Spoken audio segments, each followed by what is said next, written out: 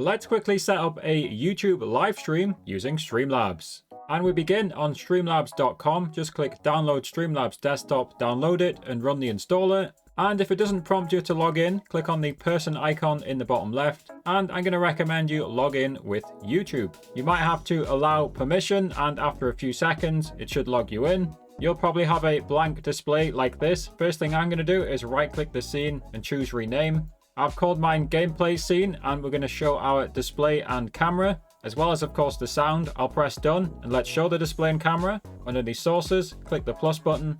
And to start with, I'll click display capture, I'll click add source. You can rename it here if you like. I'll click on add source and I'm going to find the correct display. Make sure you capture the cursor and press done. If you need to move it around, just click on it and these boxes will appear and you can drag the corners to resize it accordingly. Once you're happy with its position, just hover over and lock it in place. Let's now add in our camera. So add source again, video capture device, add source, give it a name if you want, and find it from the drop down list. And usually we have to change the resolution FPS type to custom.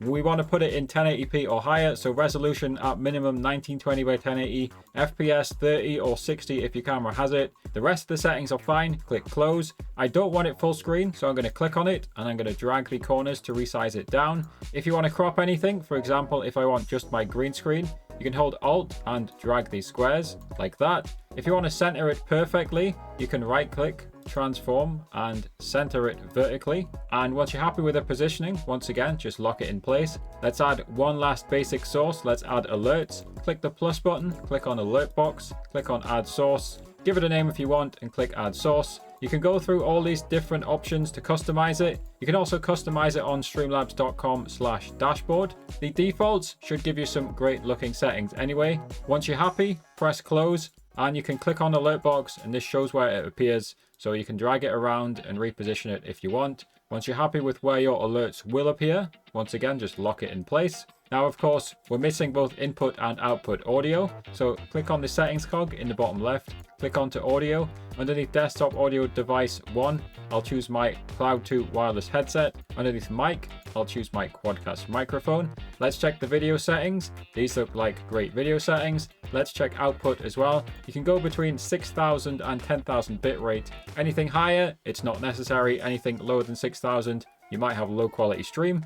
So let's press done on these settings and let's add one more setting. Underneath our microphone, click the three dots. It's missing for me because it's bugged for me, but look for filters and add in a noise suppression filter and add an RN noise filter. That's going to remove background noise, things like fans and AC. We're now ready to go live on YouTube. You can see behind me, we have a go live button. Now, if you do wish to multi-stream, you need Streamlabs Ultra. You can use my affiliate link to get $9 off Streamlabs Ultra. It's on screen and in the description. Anyway, what you want to do is create yourself an event, choose a title, choose a description, and of course, I highly recommend a thumbnail. Study what works on that, look at successful thumbnails. Ultra low latency is good for most streams. All of these other default options look great, so when you're ready to stream, just hit confirm and go live, and your live stream chat will pop up inside Streamlabs.